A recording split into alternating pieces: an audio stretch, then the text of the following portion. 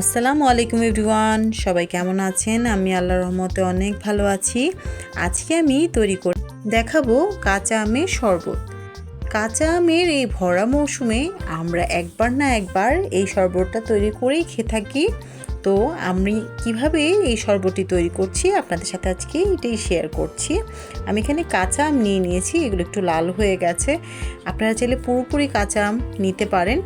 নিয়েছি কাঁচা মরিচ, আর আমি ডেকোরেশন করব তাই একটুকু লেবু নিয়েছি স্বাদ মতন চিনি।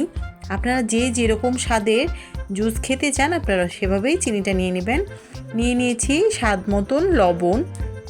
এখানে আমি চিনি, লাল মরিচের গুঁড়ো এবং লবণ একসাথে মিক্স করে নিয়েছি। এটা দিয়ে আমি আমার গ্লাসের ডেকোরেশন করব। আমি যে জারে আমার শরবতটা তৈরি করব সেই জারে আমি টুকরো করা আমগুলো নিয়ে নিচ্ছি। এরপর আমি আমগুলোতে দিয়ে দিচ্ছি দুটো কাঁচামরিচ। আপনারা ঝালের পরিমাণটা বাড়িয়ে বা কমিয়ে নিতে পারেন। আপনারা এখানে কাঁচামরিচের পরিবর্তে শুকনো মরিচের গুঁড়ো ইউজ করতে পারেন। দিয়েছি স্বাদ মতন চিনি। আমরা একটু মিষ্টিটা বেশি খেয়ে থাকি তাই আমি এখানে 1 কাপের মতন চিনি দিচ্ছি স্বাদ মতন লবণ। আপনারা চাইলে এখানে বিট লবণও ইউজ করতে পারেন। আমি এখানে সামান্য স্বাদের জন্য একটু লাল মরিচের গুঁড়ো ব্যবহার করছি। এখন আমি সবগুলো একসাথে একটু ব্লেন্ড করে একটা জুস তৈরি করে নিচ্ছি।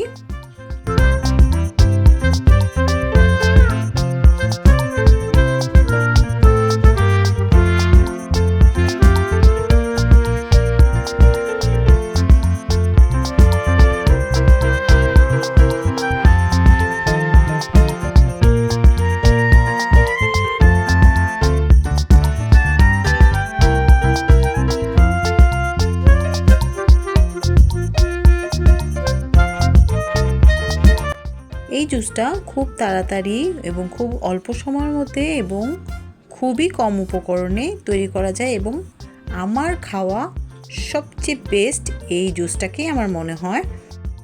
যে মরিচের গুঁড়ো, লবণ এবং চিনি একসাথে মিক্স করে রেখেছিলাম তা আমার গ্লাসের এই কর্নারটাতে এভাবে একটু ডেকোরেশন করে নিচ্ছি। এখন আমি আমার জুসটা সার্ভ করে ফেলবো। আমার ভিডিওটা আজকে কেমন লাগলো আশা করছি জানাবেন। সবাই অনেক বেশি ভালো থাকবেন, সুস্থ থাকবেন, আমার জন্য দোয়া করবেন।